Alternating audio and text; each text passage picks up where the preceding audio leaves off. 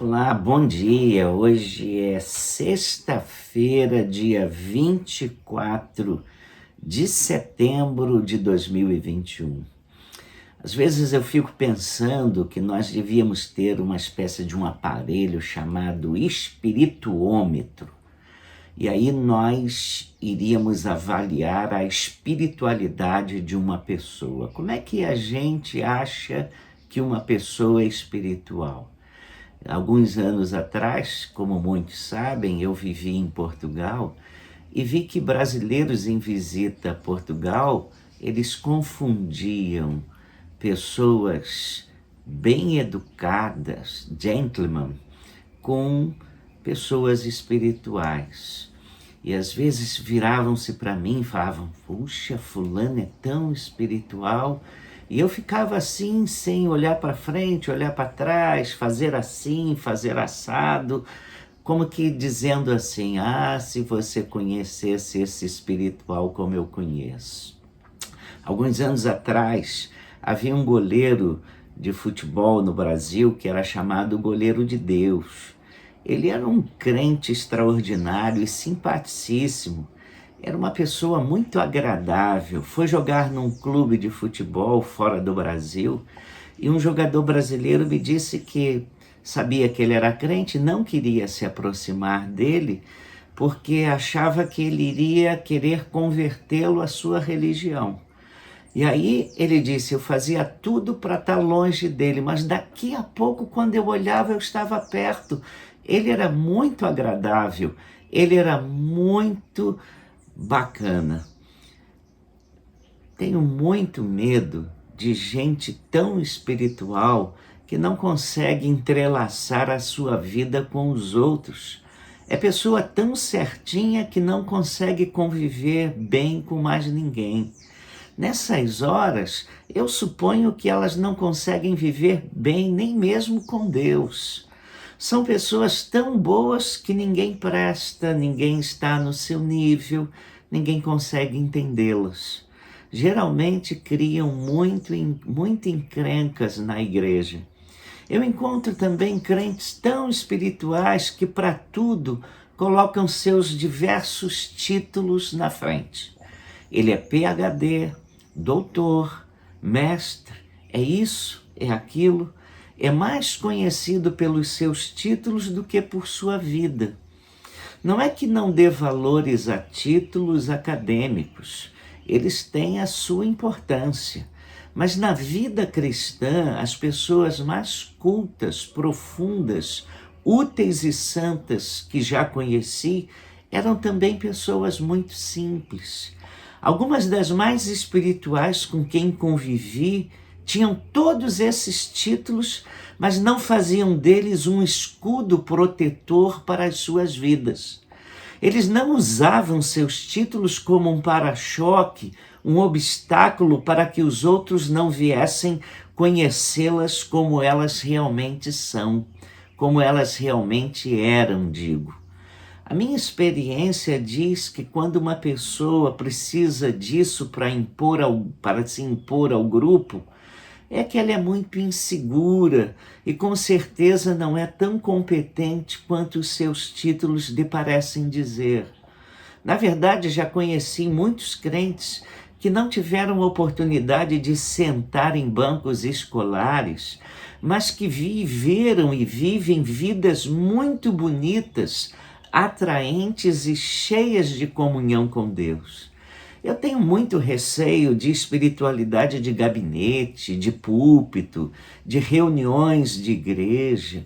Eu desconfio de espiritualidade com hora e lugares marcados. O sujeito começa a ficar santo assim que entra nas dependências dos templos evangélicos.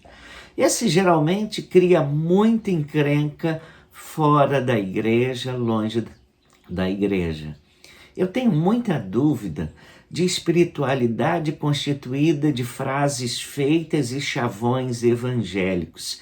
Assim, o pastor espiritual tem que iniciar o culto com que a graça e a paz do Senhor sejam com todos vocês. Amém? Se não disser isso ou coisa parecida, muitos crentes vão achar que ele vive sem unção. A propósito, eu tive uma vizinha crente que todos os dias me saudava sinceramente com a paz do Senhor. E eu, na minha ignorância, lhe devolvi um bom dia, boa tarde, boa noite, conforme a hora. Mas notei que a minha saudação não expressava a espiritualidade aos seus olhos. Aí um dia eu aprendi que, segundo a prática pentecostal, e falo isso com muito carinho, a resposta espiritual para uma paz do Senhor é a paz, irmão. E aí eu fui muito tentado no dia seguinte a lhe devolver a paz, para parecer mais santo aos seus olhos. Mas resisti e decidi continuar com o velho, bem educado e profano bom dia, boa tarde e boa noite. Eu não me sinto à vontade com gente que é tão espiritual que só sabe conversar sobre Deus, igreja, céu e pecado. Eu desconfio muito de crente muito sério, que nunca ri, que nunca confessa pecado, que tudo muito certinho. Não me afino com a espiritualidade que fica ditando regrinhas tipo pode isso, não pode aquilo. Quando o assunto da pessoa é só religião e ela não tem tempo para brincar, para sorrir, para passear, para se divertir, para ser gente, desculpa, mas acho que está faltando alguma coisa. Aí uma vez eu ouvi um pastor dando as características de um crente maduro e espiritual. E ele disse que um crente assim pode ser facilmente conhecido porque as pessoas gostam de chegar perto dele. O crente atrai as pessoas, sejam elas crentes ou incrédulas. Daquele encontro saem mais animadas, sentindo que valeu a pena ficar perto e conversar com essa pessoa. Recebeu dela um novo ânimo e uma nova perspectiva de vida. O seu coração fica remoçado, reforçado, refrigerado, com uma nova disposição para enfrentar a vida e agradar a Deus. No fim, ele resumiu: o crente maduro e espiritual é muito parecido com Jesus.